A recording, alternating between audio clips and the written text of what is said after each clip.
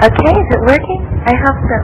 I am completely crushed. I mean, making soup is a big thing, and it took a whole lot out of me until I took care of everything. But it is Hanukkah, also happens to be Rosh Chodesh, they start to pay this, and Hanukkah started last Thursday night, and we are on vacation from school.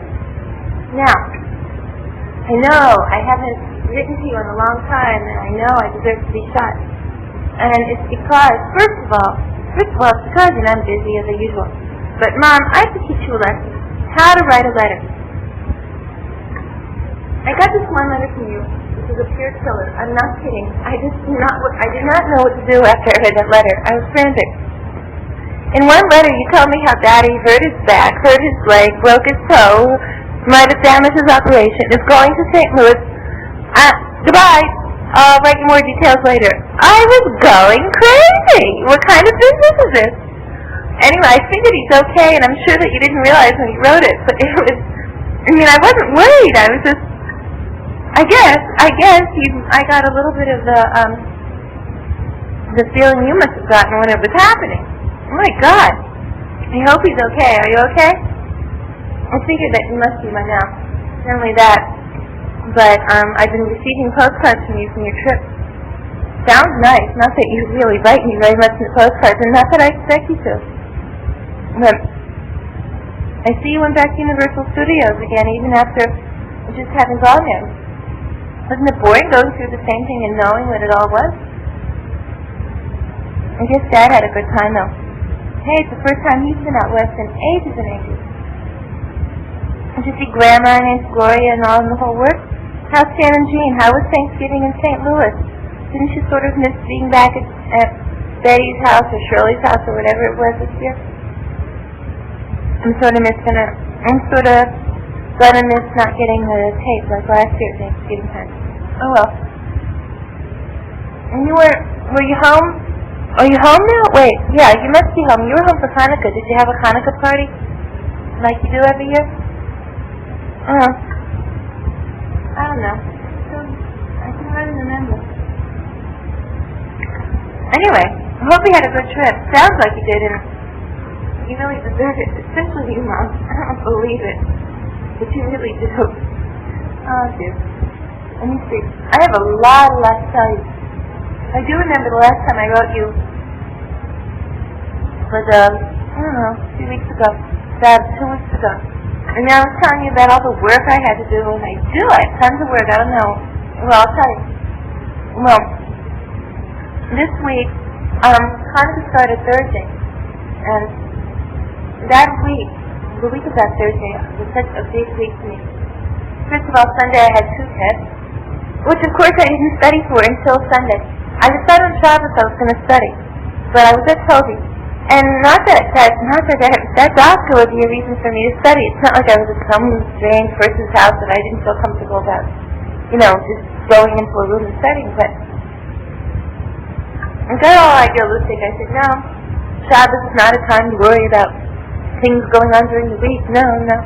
Actually, it's pure rationalization, master of rationalization.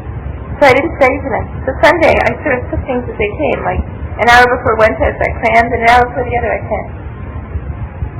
One was in halacha. This is laws, which I knew most of anyway. I don't know. The object was just a test. It was a very hard test. But I passed. It was fun. It was nice. And the other test was in English, which I told you I'm taking 3 hours of English, so I can get a certificate to teach English also.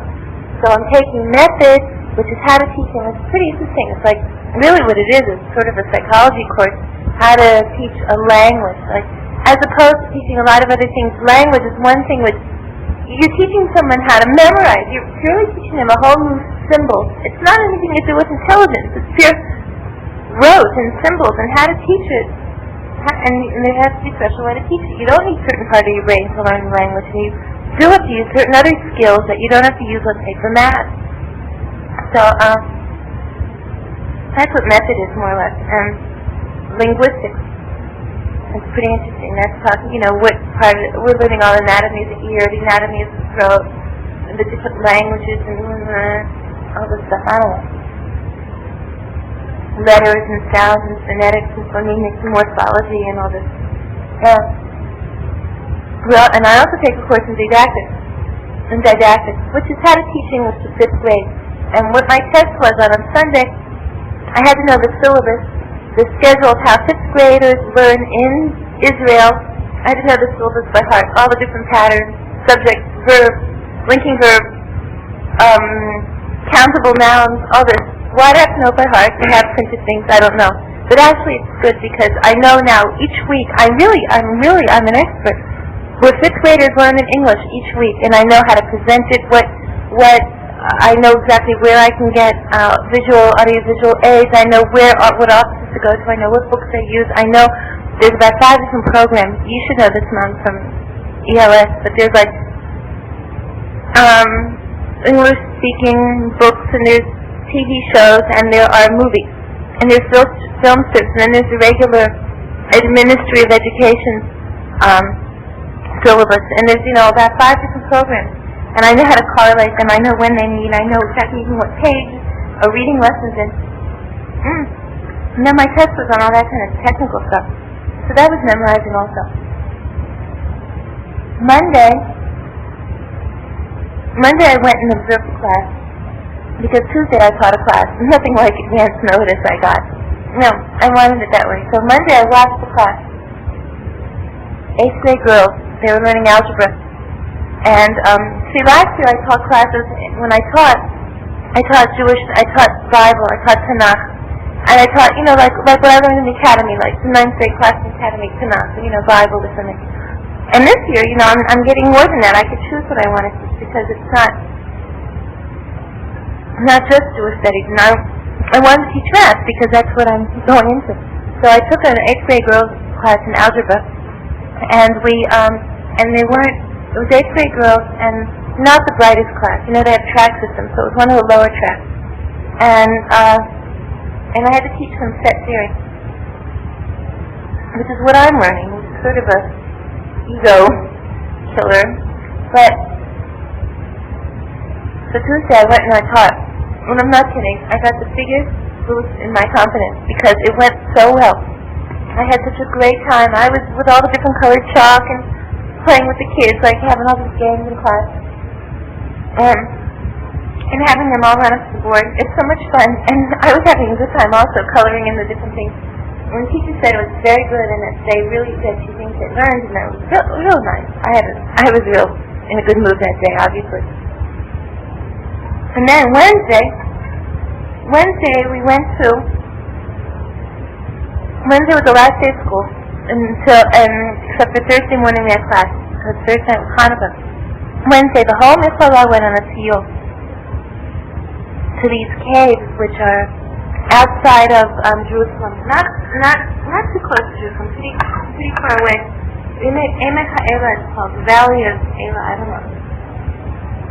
But what they are, it looks like a big valley. Well, flat land, nothing special. There are these little holes that you have to be careful when you walk, because if you fall through, they're deep, they're 50 feet deep. What it is that underneath it's pure cave.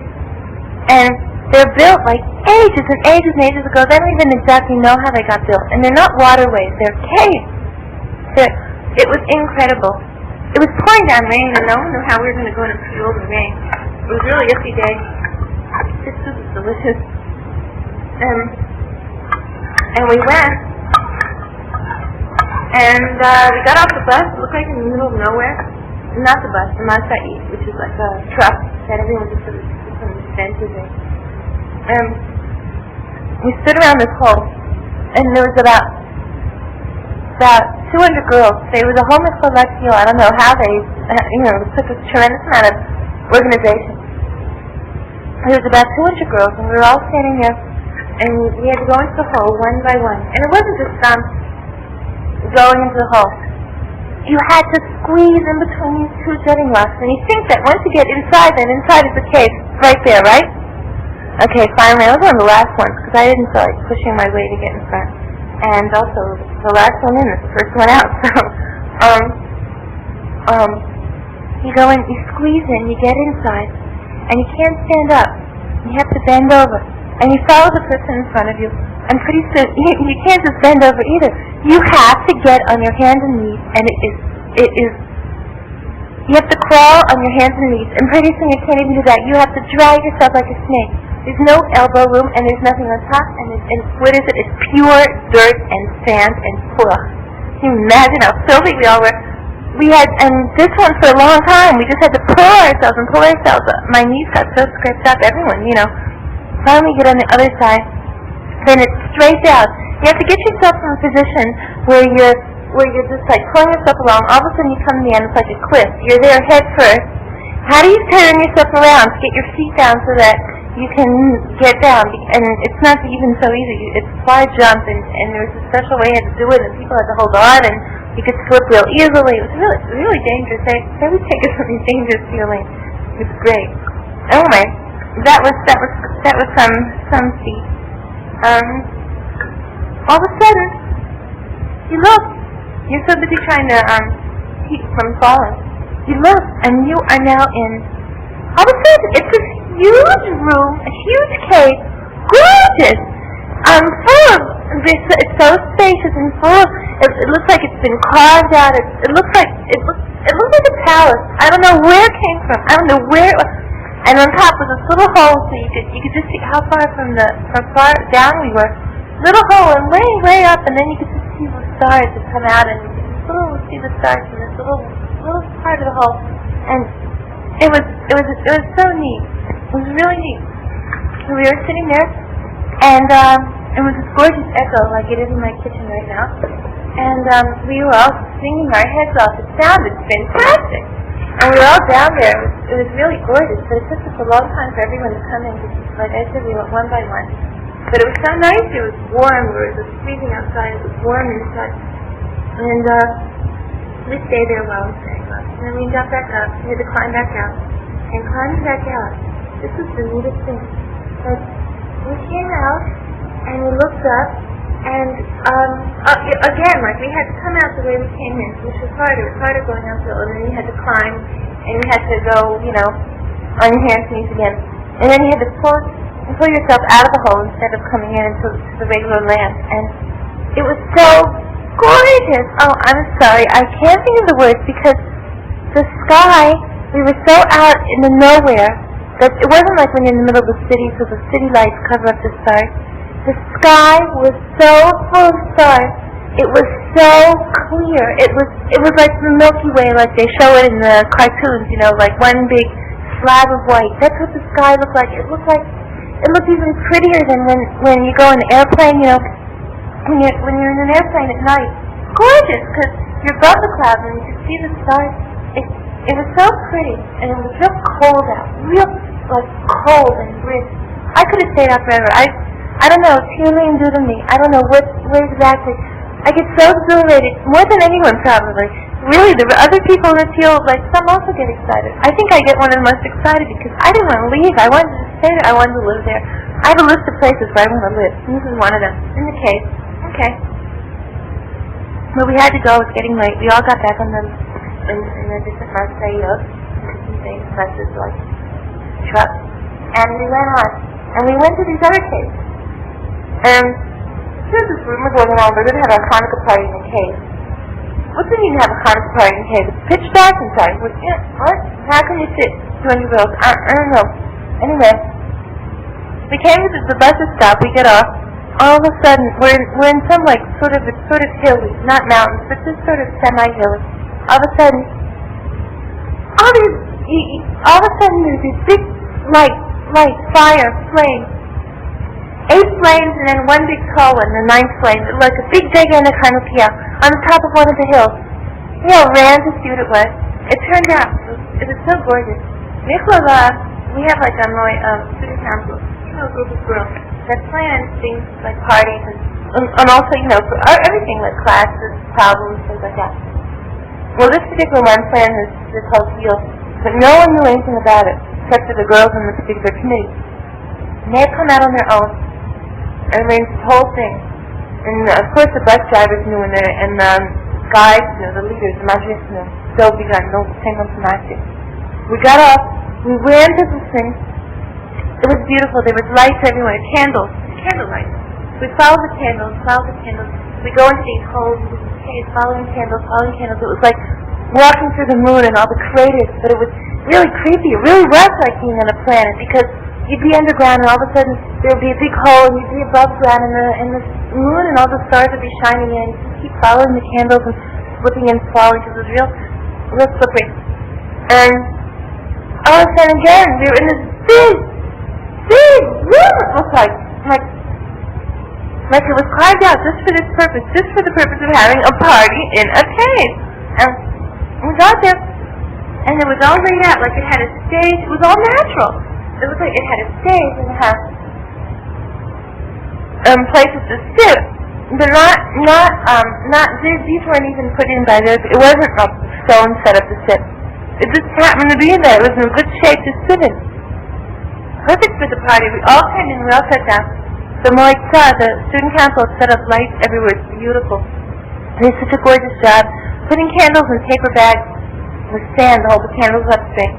And the bags wouldn't burn because the candles were straight. And if they did burn, it wasn't so terrible either, so they burned. So what? So then you had a bigger flame for a few minutes, and then they hit the sand and it burned out.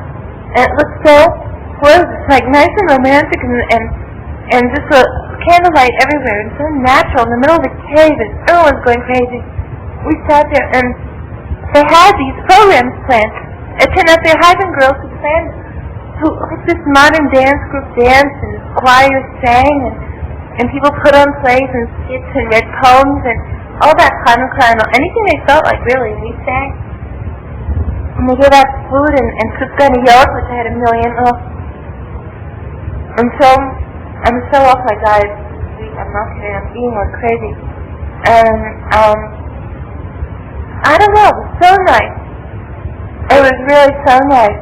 And we had a party. It was like a surprise party for the whole school. And we came back real late at night. And Thursday we had classes. And Thursday was Erev Hanukkah. And I decided that I have a friend. Let me see if I can explain. Above and beyond my classes, and I told you many times all the classes I take. Well, there's about 2 or 3 girls that I wanted to meet because they're fantastic people. And I wanted to get to know them. And I wanted to really get to know them, and I wanted to get to, talk to them and become their friend. But you don't just, and it's not that type of thing you go into someone and say, "Hi, my name is Debbie. I want to be your friend. Let's be friends." No, you don't do that. But it just so happened, so I wasn't going to, if it came up, I would be their friends. It just so happened, through all kinds of coincidences, that the very people that I always wanted to get to know, I'm not kidding, it's what's the word? Supervision, divine supervision. The very people that I wanted to get to know, for different reasons and different coincidences have come to me, or I've gone to them, or we've been in classes, or we sit next to each other, or something else. And now, it's real clear. So above and beyond my classes, I also learned with a few girls, different ones. One girl, her name is Yehudi. She's real nice. She's married. She lives right near here. She just got married though. Like, I know her when she wasn't married. She got married a few months ago. I knew her from last year. She's real nice. And we learn together. We read this thing together. We never, that's like our excuse, we're supposed to be studying together. And we do it. It's really interesting. But I go there and we talk all the time, all different kinds of things. And she's so nice to me, and she's always inviting me there for dinner, and like we didn't have heat for a while. She gave me all these blankets and all. She's always inviting me. She wants me to come for Shabbos. And her husband learned in Yeshiva in Mרכז. So they might invite Ellie for Shabbos, and I'll stay here and vice versa, and then we could, spend Shabbos. It'd be really nice. But anyway, I decided that for Hanukkah I was going to bake some cookies, which is a joke, right? You saw how much trouble I had making soup. Wait till you had the cookies. No, it was a real disaster. So that's what I did on Thursday. I baked cookies, and they came out all horrible and disgusting. I decided I didn't have time to put it in a batch. We don't have an oven, and I was using this little broiler. I could put about 3 cookies in at a time, and it wasn't worth it. So I decided to just bake the whole thing like a cake, and then cut it up into squares. Well, it took forever to bake. In the meantime, I went to Meir Sharim, and I was running around Meir Sharim. I just like to go there when it's Erev Chag, when it's Erev a holiday, because there's so many people running around getting their Chanukiah, buying oil and buying decorations. And I was looking for a present for Toby, which I never found. And I went to my old friend. Remember last Hanukkah I told you about my friend Shlo, that Hanukkah Butler and Nira and I had gone to in the bracelet? I went there again and they remembered me and it was so much fun. Okay, I came back, the cookies still weren't done. It was disgusting. And I waited, and I lit Hanukkah candles here, okay. And next day I was going to Toby's for Shabbos, right? And, on the way I was going to bring these cookies that I baked. I finally decided they were done. I cut them up into squares. They were hard as rocks. They looked like bricks. They really looked like bricks. Ellie said later that he saw them. Well, it's a long story, but he saw them. He said, what do you need these for? I said, it's Hanukkah, I baked them. So he said, Hanukkah, you should save them for Pesach. So we didn't understand. We looked at him like, the whole family was there. He said, well, they look like bricks. And he picked one up and he said, they feel like bricks. And he tasted one and he said, they taste like bricks. They're good. For Harosset, you're supposed to remember the bricks that they made. Okay, so that's him. Anyway, the tape is running out. I'm getting nervous. So I decided to bake the cookies. And I was going to bring them over, and I put them in the box, and I wrote a real nice note. I was going to wait till I was sure she was gone, because I knew she was going out of town on Friday. So I waited till about 11 in the morning. I was sure she wouldn't be there. And I walked to her house, which is the way to the bus stop. And I was about to walk, not a house, the apartment. I was about to walk in, and she walked out with her husband. She says, hi, oh, it's so good. I'm so glad I met you. She had something to give to me. She said, oh, you're going to the bus. Oh, come. Oh, I see you bake cookies for Mrs. Horvitz. Oh, isn't that nice? Because she knew I was going. And I was so embarrassed to give her the cookies because I thought I would leave them on her doorstep and she wouldn't get them until Monday, until she came back. And then they would be stale, and if they didn't taste good, it wouldn't be my fault because I'm a crummy baker. It would be because they were sitting here for so long, right? And I was too embarrassed to give her the cookies, and here we were going on the bus together. I went all the way to the Horvitzes with them, practically, because they were going the same direction. And I got off the bus, and I never gave them the cookies. It was so embarrassing. That's how Ellie saw them, because I had them with me when I went there for Shabbos. And it was also one of the few times that Ellie's been home for Shabbos. But I think I'm going to wait till the other side to tell you about that because I think the taste will go just a minute. Yeah, I guess I have a few seconds. I just get so nervous. So the thing is that Ellie and I see each other about once every 2 weeks.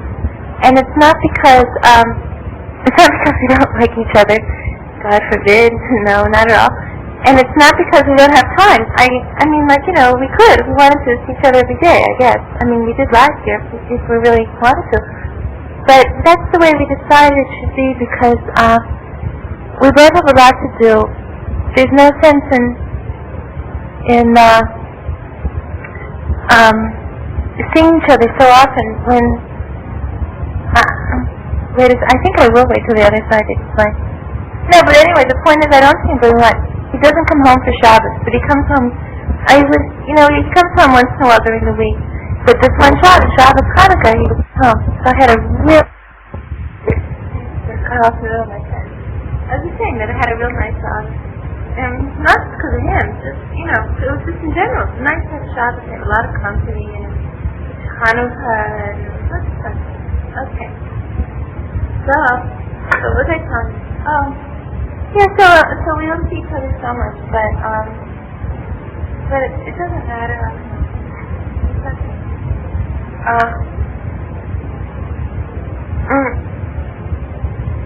I don't know. That's about it. I don't know. Anyway, Sunday I learn with this other lady.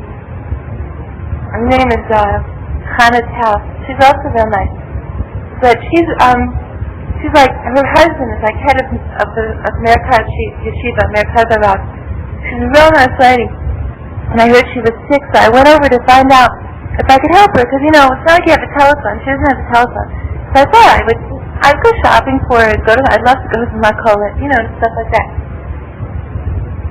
So I went there and I did errands for her, but while I was there, we talked tonight, lunch there and all this stuff. While I was there, someone from running in and said that, this other lady who's in the neighborhood or something went to the hospital to have her baby. And everyone was real excited, but especially Hannah was excited because this lady's husband had just died, and he used to be he used to be head of the yeshiva, her husband, and he died at about 40 years old. It was very shocking, very sudden. Sudden heart attack, she never been sick. She was pregnant. She has 2 other kids, and her parents both had died that year. It was so horrible. She of course was in such a state of mind these past few months, and trying to tell us and like everything possible to help her. She goes there every day. She's not alone very much. She does, takes care of her kids and all that. And now she went to the hospital to have a baby, and kind of wanted to go. She was all nervous, and so I went to the hospital to Bikur Holy. She kind of couldn't go out of the house because she was sick, so I went to see her and to deliver all these messages and find out how she is. And I was running up and back and making arrangements so to take care of her kids and all this. It was a really crazy day. It was so fun.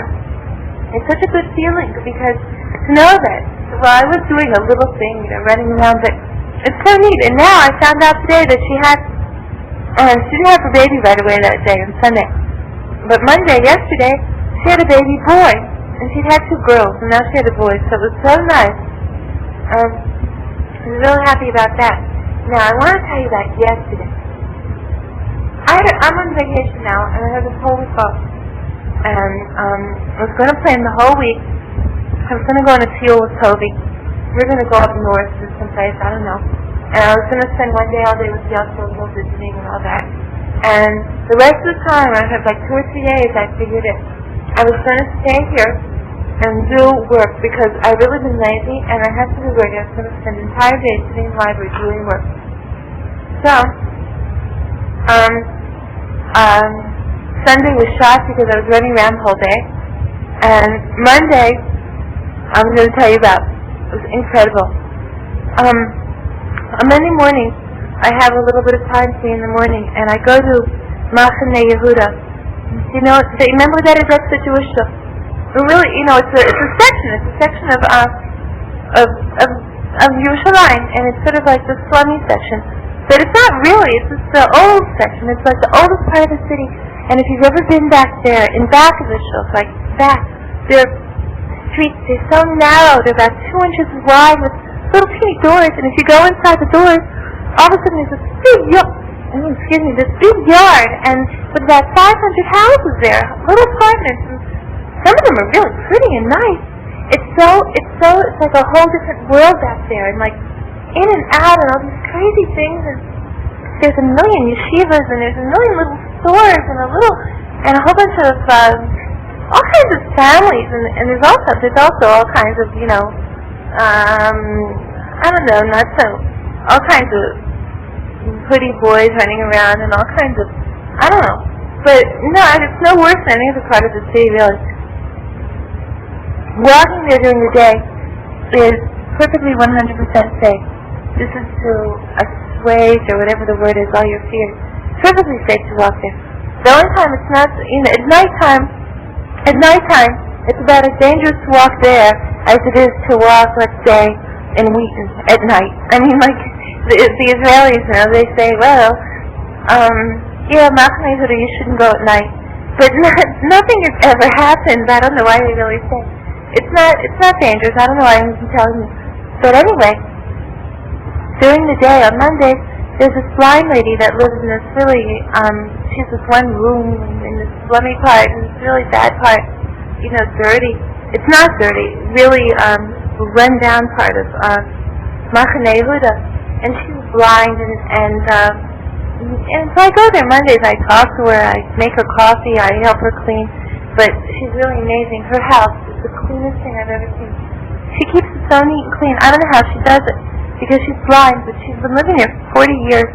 She knows it up and down. She knows it backwards and forwards. The thing is, it's so interesting. It's so fantastic.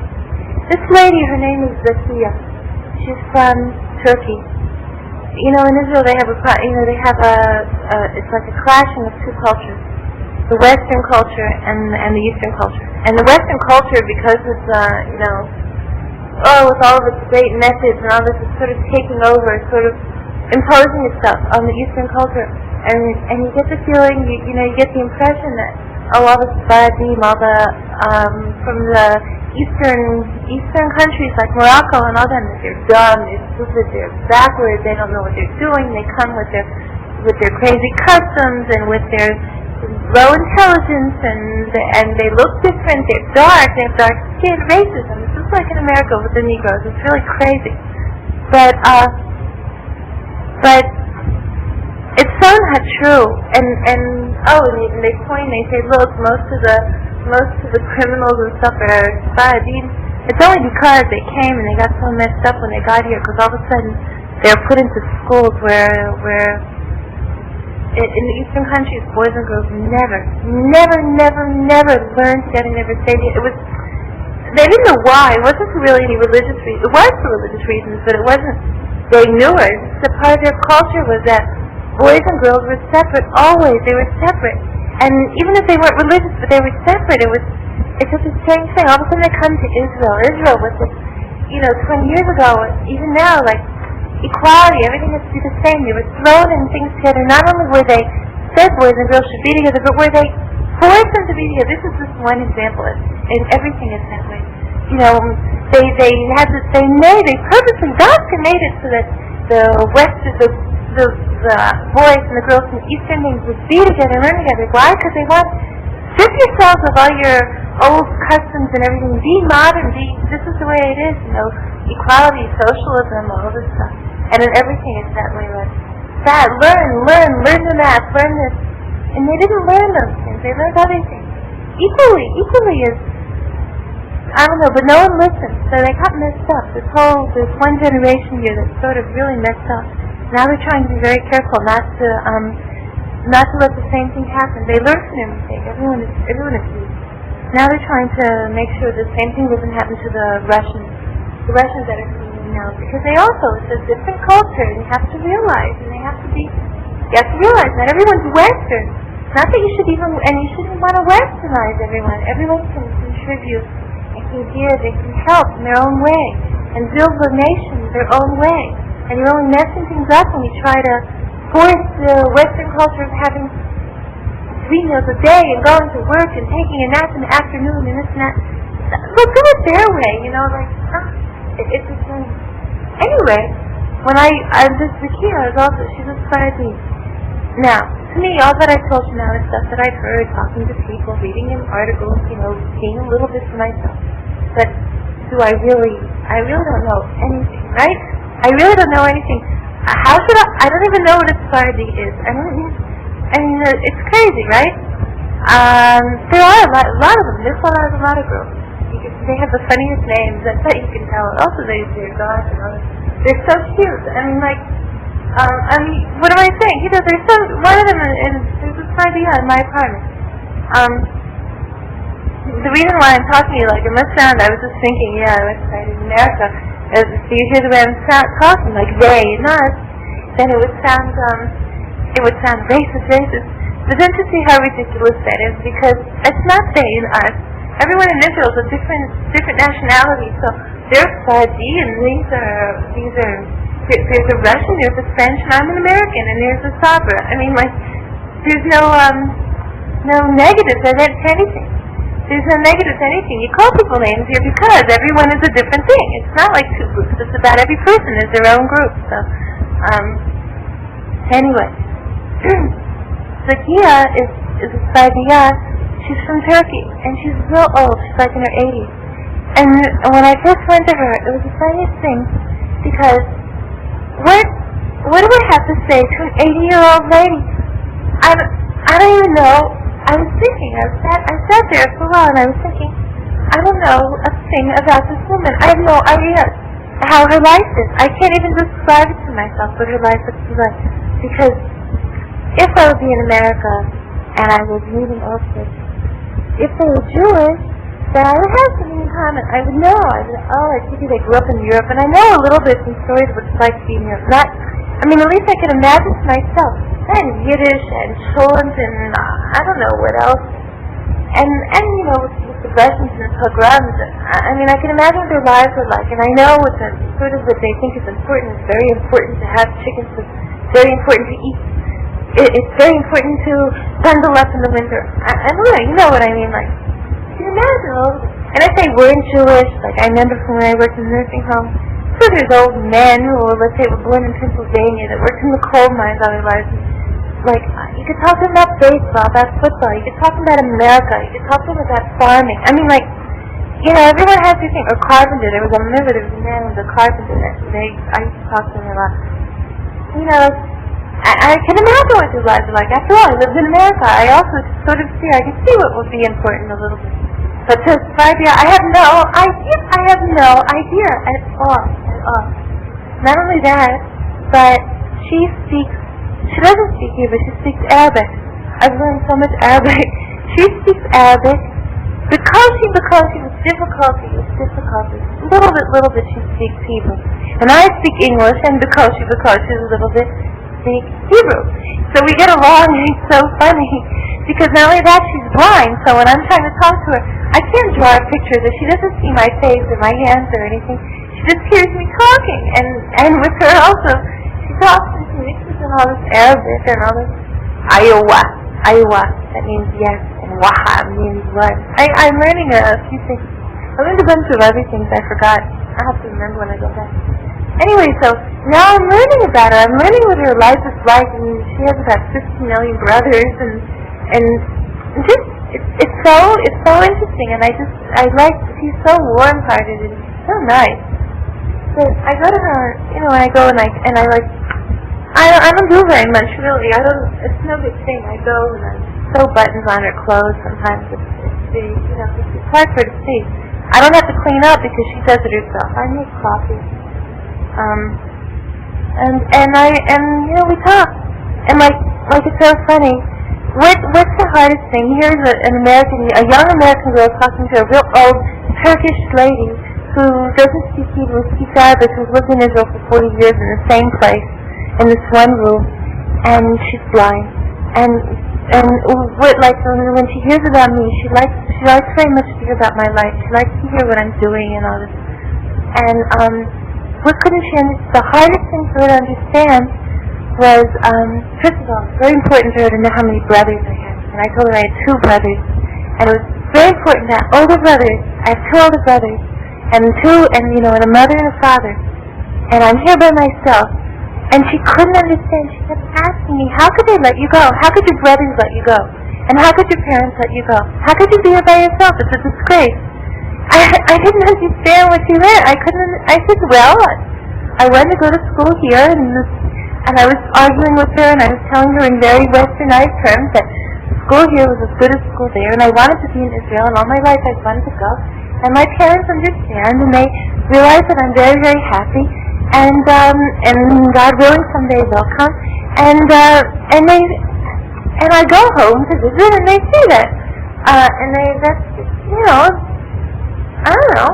It's like a very perfectly logical choice. I show her both sides of the argument and show that, well, logically, there's no reason for me not to be here.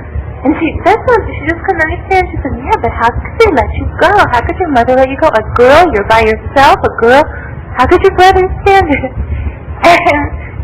And I was talking to this other, now, how did I get to go to Zakia? Well, Chana, that lady I told you about, told me that in Maximilian there was this woman, and her name is Shar Abi. She's also Sfardiya, you can tell by her name, Rabbanit Shar Abi.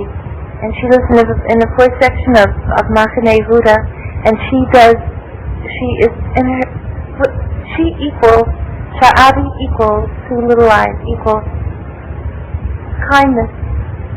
She has spent her whole life helping out that whole neighborhood. That whole neighborhood, she knows every family neighborhood. She collects clothes, she writes letters, she gives speeches, and she teaches classes, and she does Torah, and people donate stuff, people give all their old clothes. When I get that box of clothes, that's probably I wish you would send it already, because people could really need it now. It's raining and cold. She gives it out, she helps out old people and young people and unmarried people, pregnant girls, and she does everything. It's amazing, this woman. She has so much energy, and she does it all on her own. Like she wasn't connected with the municipality. Now they're trying to get her to come to work for them, and she doesn't want to because she doesn't want to get involved in all the politics or anything. But anyway, she just knows because she's just lived there her whole life. She knows the people, and she goes and she helps them, and she has a lot of people like me that hear one way or another who volunteer, and like I go, I take care of one lady, and then someone else takes care of other people. And I haven't had an old lady, but there's children and there's families, and it's she's so amazing. So Rabbanit Abi, I went after Monday. After I went to Zakia, I did a little party. I bought her cookies for Hanukkah and all that. I was leaving, and I went there, and I wanted to go visit Rabbanit Abi to see how she was doing, and just to talk to her. So I went there. She was home, and I was telling her how the rain leaks into Zakia's room, so that maybe so she knows of someone that could fix it. And we started talking. I'm not kidding. This lady, she came to Israel when she was like really young. She's also from I don't know where. She's not so old. She has eyes. I'm not kidding. Piercing eyes. I don't know. Somehow, and then when I was done, I was getting ready to leave, and she wanted me to stay for lunch, but I didn't want to stay for lunch there because they eat big meal in the afternoon. And then the day before that, I had been to Hannah's house, and I'd had lunch there, and I had a big chicken meal in the middle of the day, and I didn't feel like I didn't want to eat. So I didn't want to take food from her anyway. She doesn't have that much, and I didn't want to eat there. But it started to rain. It started to pour down rain. It was raining much too hard for me to go anywhere. So I stayed and had lunch, and she started talking. She started telling me your life story. It was so interesting. Like I was sitting here, I was hypnotized. I'm not kidding. I didn't realize the whole day went by. She was telling me not her life story, not my life story. She was telling me what it was like in Israel, in the same place. She's also been living these ages. And Mahane, what it was like years and years. She told me how during the Hanukkah during the Independence War, how she used to run around from one shelter to another and bake bread. Her and some other girls were running around and baking bread and dodging bullets. But she wasn't doing it. She was telling war stories to make it sound all glamorous, and she wasn't telling me about herself. She was proving the point. She just wanted me to see what it was like. And places that she said, and that ice cream stand on this corner, that used to be the British. I'm not kidding. It was so terrible. And she was telling me about and she was in this hospital with a nurse and people that came in and died. It was kind of sad. You should tell me sad things. All of a sudden we both were getting so sad. All of a sudden I found myself crying. And she was crying. We were both crying, and she was going on. She was telling me more about the war and then after the war and about just everything. And not kidding. It was the most strange thing.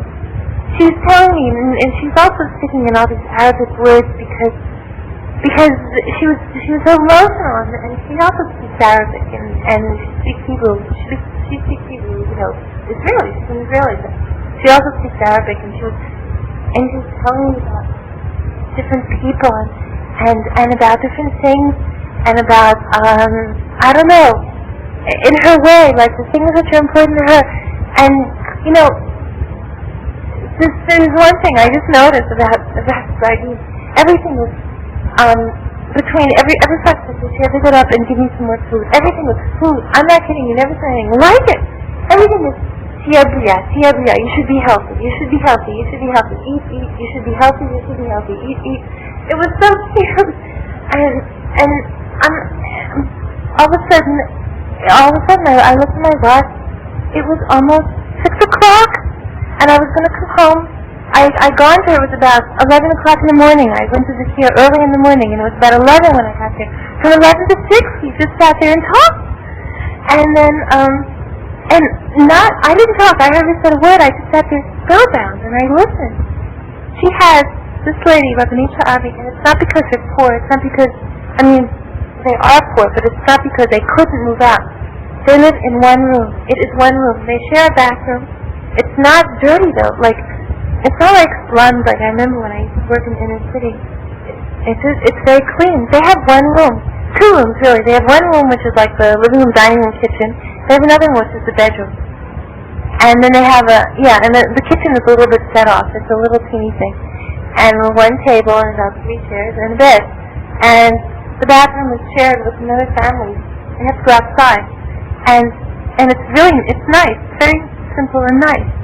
And she's been living there like her whole life, and every spare corner, everything is filled with old shoes and old clothes and all this that she gives out to other people, along with all the work she does in the different ma'adons. What's ma'adon? Like nursing homes and recreation centers and things. And then the rest of the house is books, like house. The rest of the walls are books, like her husband's a Rosh Yeshiva, I think, is one of the little yeshivas there, I don't know. And so he has his books and she has her books. And it was incredible. It was like a whole different world. I was, wow, yesterday was such a day. Well, I'm not finished at all. All of a sudden it was about 6. It was 6 or 5. She has a telephone and the phone rang and he talks for a while in Arabic and then she hangs up. Come on. Just like very matter-of-factly, we started walking the streets of Maximeza, all these little teeny things. I didn't know where we were. They weren't straight. They weren't anything. I was so completely lost. All of a sudden we go into one little yard, into another little gate, and underneath the fence. How does she know? She knows every corner of the city. Up these steps, into this other chaser, this other yard. And we went into this room, and there was this family, and this real old lady. She got in a call from the hospital, and this lady needed to be admitted into a nursing home, and they wouldn't let her in, and all this red tape, and then they called. Everyone knows when you need help, call Rabbi Abi, and they called her and help. And I sat there while she told them what to do, how to get in, to lie a little bit here, and why they won't let her in, and how they have to get the money in. She'll help them collect the money, and she was so warm, and she went over to the old lady and was helping her, and the old lady was exactly, she was beaming. She was so happy, and she felt so good, and it was so neat. I just sat there, and then from there we went back, and we lit Hanukkah candles, and then we went, with her husband and her and me, and her husband has a yeshiva, but there's all these boys roaming around the neighborhood, all these like 9-year-old, 10-year-old boys, and they organized her and her husband. Organized this big party for them at the yeshiva. This whole huge Hanukkah party. They spent so much money for food, and they got entertainers to come in and dance and play instruments, and they had everyone there to celebrate Hanukkah because so the boys wouldn't roam in the streets and stuff. Maybe to get them interested so that instead of spending their time roaming the streets and maybe, and turning to crime and stealing and all that, which is very common, they have some place to come. And to welcome, and they gave each of them a bag of candy and all. They gave each of them a little yarmulke, and they had this. But it wasn't the type of party that I ever saw. It was a Sephardi party. It was a Yemenite party. It was queer songs and these crazy tunes. It was so ugly sounding, and people were going nuts. It was so great. I went there, and everything. I was so stuffed. I couldn't eat anything. Everything. Eat it. It's a mitzvah. You have to eat it. You have to make a bracha. Oh yeah. When you eat food, you don't eat food to eat. You eat food so that you can make a bracha. Don't you want to say a bracha to Hashem? Then eat. Eat. It's a mitzvah. Eat. I was going crazy. And everywhere I went, she took me with her, and everyone was honoring her. She's like the queen of the whole neighborhood. But they were honoring me too because I was with her. It was so incredible. From there we left and we walked all through the streets. It was already late at night and it was already dark and it was raining, and we went through. Just telling me, she said that there was this other bride that she matched, some lady that just got married a few months ago. She had, and Rabbi helped her a lot, with the wedding and everything, and matching her up with, not matching her up, but helping her get married and all this.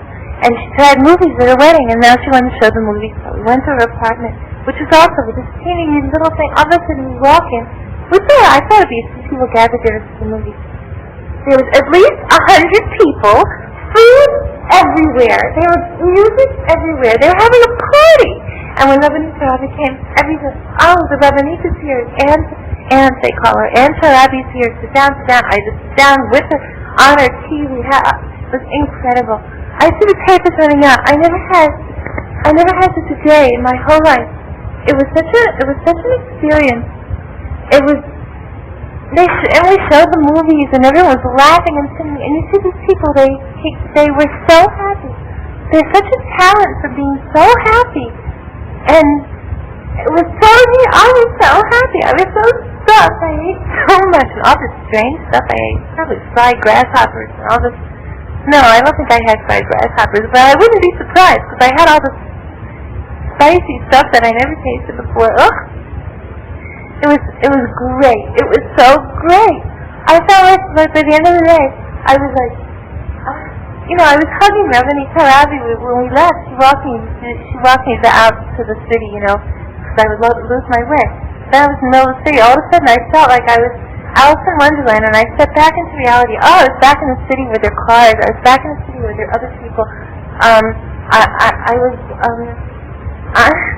was like the spell was broken. I was back again into normal. And I looked at my watch, and it was almost 10:30. Can you imagine? And I took the bus home. I didn't go home. I was so excited. I went to my friend Yehudi, the one I wanted to get cookies for. So I went to her house and I told her everything because I wanted to make you a tape and I couldn't find the stupid batteries when I got back. I had to search today. So now I'm telling you it's like secondhand because I told Yehudi, but not really because it's the first time I'm telling it in English. Yesterday I spent the whole day. I didn't say one word except everything was all in Hebrew. That's a big thing for me. As his tape was running out, and of course I babbled my way off this tape without really saying anything. But anyway, I want to say that I'm fine and I'm really healthy, and now I haven't written, but I will write. And I hope you had a wonderful, wonderful, wonderful, wonderful trip, and a wonderful Hanukkah, and a wonderful Thanksgiving, and I hope everyone's well. And give my regards to everyone, and to Brian and family, and I'm such a horrible writer. I haven't written anyone. Barely have I written Rhoda. I haven't written August to be nobody. How's Mrs. Rosenblum? Anyway, Yessel's fine, everyone's fine, and Horvitzes are fine, and I don't know what else to tell you, and write me back, but you've been good writing. Oh, send me material with that guy. He said he can bring anything. I want material. I need winter clothes. I don't have winter clothes, and I'm getting my packages now. I have to pick them up. And anything else? I feel desperate. I'm eating the bread up, finishing this loaf, and tomorrow I'm starving myself. And I'm doing math. Today I spent the whole day in the library doing math like I planned. On Thursday I'm going to Yesel. Tomorrow I'm going with Toby. Oh, I don't know what else to say. So goodbye and tape back. This is my second tape and you haven't sent any. Be well. Regards to Uncle Teddy and Aunt Betty, of course, and all that. And Uncle Sidney and Aunt Lil. I don't know, to everyone, okay? Your uncle and everyone's fine. As I last saw, Aunt Sarah was with me when I last saw them, so I'm sure you got